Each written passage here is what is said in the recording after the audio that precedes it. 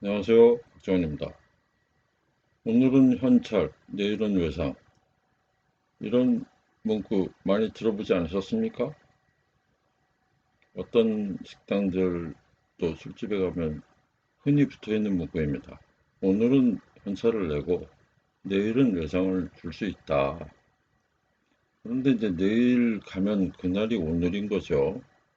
계속 현찰만 주란 얘기입니다. 제가 이 글을 이제 페이스북에 그렇게 썼습니다. 공약이라는 게 사실은 어떻게 보면 내일을 약속하는 건데 뭘로 믿냐? 오늘 현찰을 안 주는데. 국민의 마음은 누구나 다 똑같은 것 같습니다. 문방구 어음을 써주더라도 신용이 있으면 외상으로 물건을 줄 수 있죠. 표를 외상으로 주는 겁니다. 선거라는 게 그런 겁니다. 외상을 믿고 외상 매입을 하고 우리는 외상 매출을 하는 거죠. 유권자는. 상대가 신용이 없으면 이제 어음 부도나는 겁니다. 오늘 뉴스에 보니까 윤석열 전 검찰총장의 지지율이 호남에서도 이제 강세를 보이고 있다는 기사가 떴습니다. 한번 같이 보실까요? 윤석열 지지율 심상치 않다. 네, 뭐 리얼미터가 YTN 의뢰로 16일 어쩌고 했는데 광주 전라 지역에서 26.7%, 이재명 경기도지사를 앞섰네요. 이낙연 전 대표도 따돌렸다. 참 호남 출신이 이낙연 대표도 이겨버렸네요. 리얼미터가 오마이뉴스로 지난 4, 5일 한 것도 보면 이재열 상으로 23.5%, 이전 대표나 정세균 전 총리를 상대로도 24.4, 25.2의 지지율을 보였다. 상대가 누구라도 민주당 텃밭인 홍합에서 20% 중반의 득표력을 보여줬다는 뜻입니다. 뭐 이걸 득표력이라고 얘기할 수는 있는지 모르겠네요. 김경진 전 국민의당 의원은 조국 전 법무장관 사태를 기점으로 현 정부에 등을 돌린 호남 민심이 상당하다. 보궐선거 참패를 계기로 호남이 문재인 정부의 실패를 뒤집어 쓰는 것 아니냐는 위기감, 뭐 이렇게 표현했습니다. 우리가 흔히 이제 광주 그리고 이제 호남을 민주당의 아성이다. 뭐 반대로 뭐 국민의힘 그러면 뭐 대구, 경북, 그다음에 PK 지역 이렇게 흔히 얘기를 하죠. 근데 사실 뭐 민주당이 광주에 해준 게 뭐가 있나 그런 생각을 하면 조금 어이가 없긴 합니다. 근데 이제 워낙 그 군부 독재 시절을 겪으면서 광주 시민과 호남 사람들이 가지고 있는 정서가 있기 때문에 그 반대 진영이라 할 민주당의 그 지지를 몰아준 것은 분명한 사실입니다. 그에 대한 보답을 제대로 민주당이 했느냐, 그리고 그 호남 사람들이 기대했던 만큼 성취감을 느끼게 해줬느냐, 그것이 이제 아니라는 생각을 많이 하게 되는 것이죠. 세월이 가면 무엇보다 바뀌는 게 사람입니다. 80년 5월에 태어난 아이들이 지금 몇 살입니까? 40세를 넘어섰습니다. 그 세대를 넘어서는 젊은 세대들이 과연 광주의 아픔을 아주 피부에 뼈저리게 깨닫고 살까요? 그렇지 않습니다. 현실 문제가 가장 중요한 것이죠. 물론 부모님과 형제들로부터 받은 영향이 있지만 그렇기 때문에 민주당이 그만큼의 지지라도 유지해왔던 것이죠.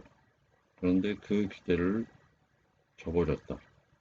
그것이 이제 그 기점이 조국 전 법무장관 시점이다. 이렇게 보는 겁니다.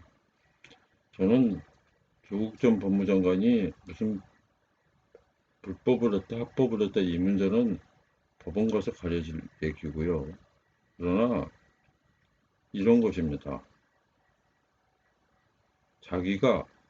자기의 삶이 어떤 문제가 있다는 것을 인식하지도 못할 정도의 그런 특권계층, 그런 사람이 말은 민중과 노동을 얘기하고 진보를 얘기했던 것이죠.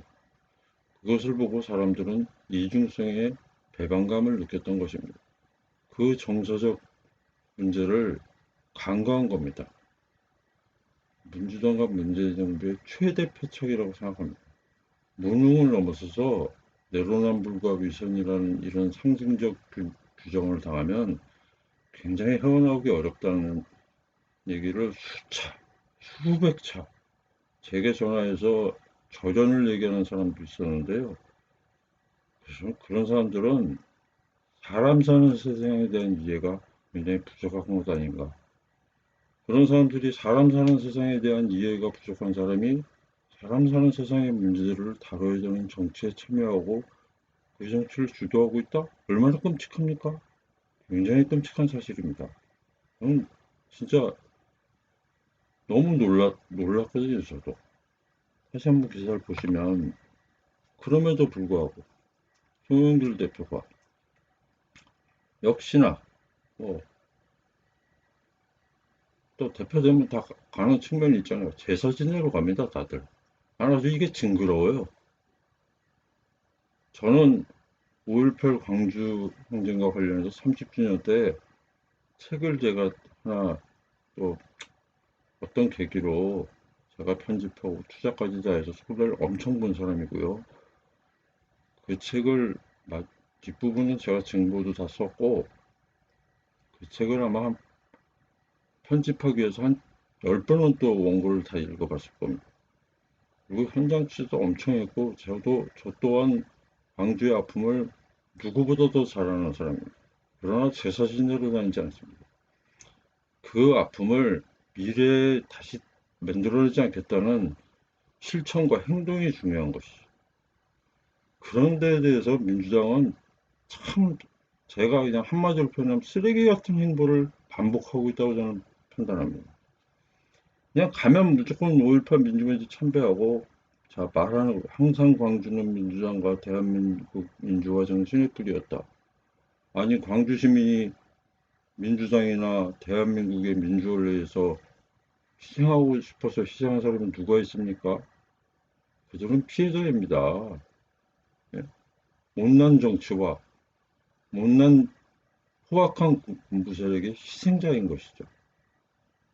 그게 무슨 민주화 정신의 뿌리 이런 식으로 이렇게 추앙하면서 이렇게 끝을 내면 안 되는 거죠. 엄격히 말하면 그런 희생이 다시 일어나지 않게끔 만드는 것이고 그 다음에는 광주도 똑같은 한국의 도시이고 사람들이 사는 곳입니다. 그곳의 경제 상황이라든가 이런 것을 더 아니 표를 얻는 정치인이 제일 중요한 게 뭡니까? 이해에 부응하는 겁니다. 이해관계. 이낙연 대표 역시 호남을 첫 장소로 선택하고 뭐 가서 문재인 정부의 아픈 손가락 두 개는 청년과 지방이다.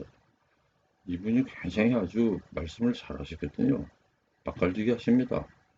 내용이 있는지 행동이 어떤지는 모르겠어요.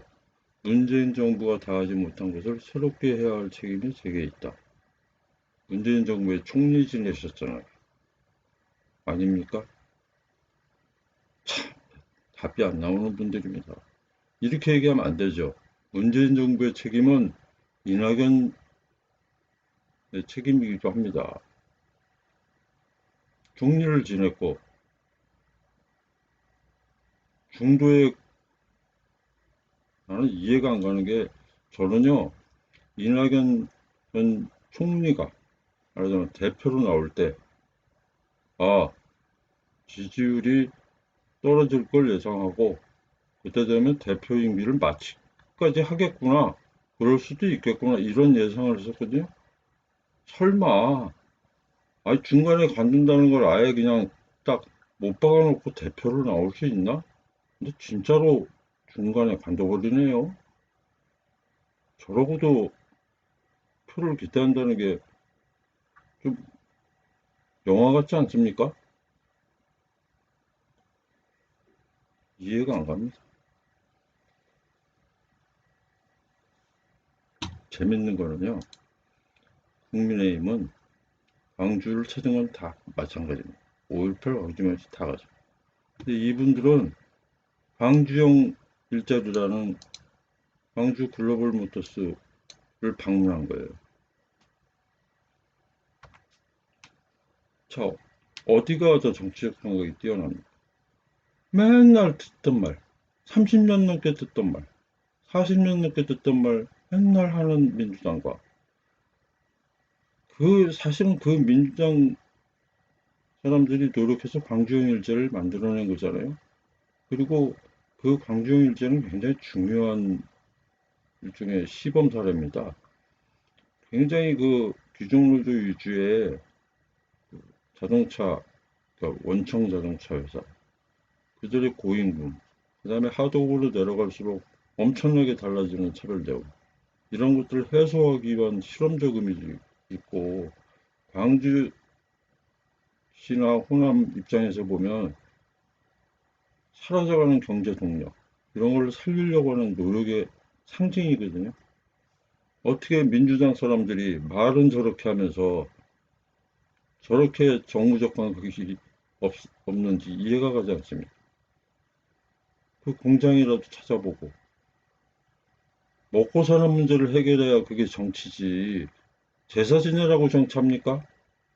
예?